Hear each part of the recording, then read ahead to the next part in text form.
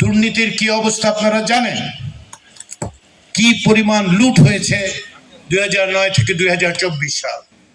গণভোটে হ্যাঁ ভোট দেশের ম্যান্ডেট পূর্ণ করার সুযোগ অধ্যাপক আলী রিয়াজ আহমদ বিলাল খানের প্রতিবেদনে থাকছে বিস্তারিত। আসন্ন ত্রয়োদশ জাতীয় সংসদ নির্বাচনের গণভোটে হ্যাঁ ভোট দেওয়া অত্যন্ত গুরুত্বপূর্ণ। প্রধান উপদেষ্টার বিশেষ সহকারী ও গণভোট সংক্রান্ত সচেতনতামূলক প্রচার কার্যক্রমের মুখ্য সমন্বয়ক অধ্যাপক আলী রিয়াজ বৃহস্পতিবার 15 জানুয়ারি চট্টগ্রামের জিমনেশিয়াম সংলগ্ন মাঠে অনুষ্ঠিত বিভাগীয় ইমাম সম্মেলনে এসব কথা বলেন। সংশ্লিষ্ট অনেকগুলি বিষয়ের কারণে আমরা যখন সনদ বাস্তবায়নের পরামর্শ সরকারকে দিয়েছি, তার একটা ধারণা আমরা দিয়েছিলাম, তার ভিত্তিতে সরকার এটা তৈরি করে আপনাদের সামনে দিয়েছেন। অধ্যাপক আলী রিয়াজ স্পষ্ট করেন, জুলাই সনদ পাশ হলেও সংবিধান থেকে 1971 মুছে ফেলা বা বিসমিল্লাহ বাদ দেওয়ার কোনো পরিকল্পনা নেই।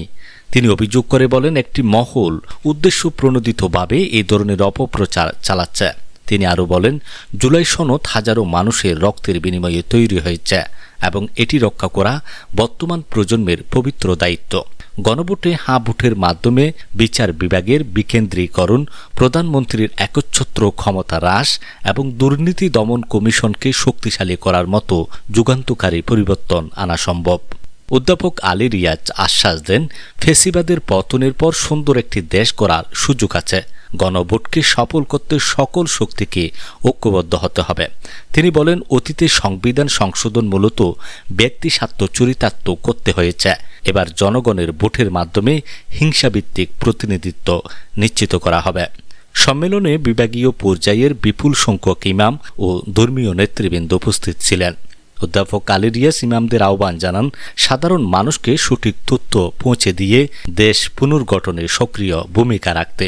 তিনি আশাবাদ ব্যক্ত করেছেন, রাষ্ট্রীয় প্রতিষ্ঠানগুলোর সংস্কার সম্পূর্ণ হলে দেশে টেকসই গণতন্ত্র ও সুশাসন প্রতিষ্ঠিত হবে।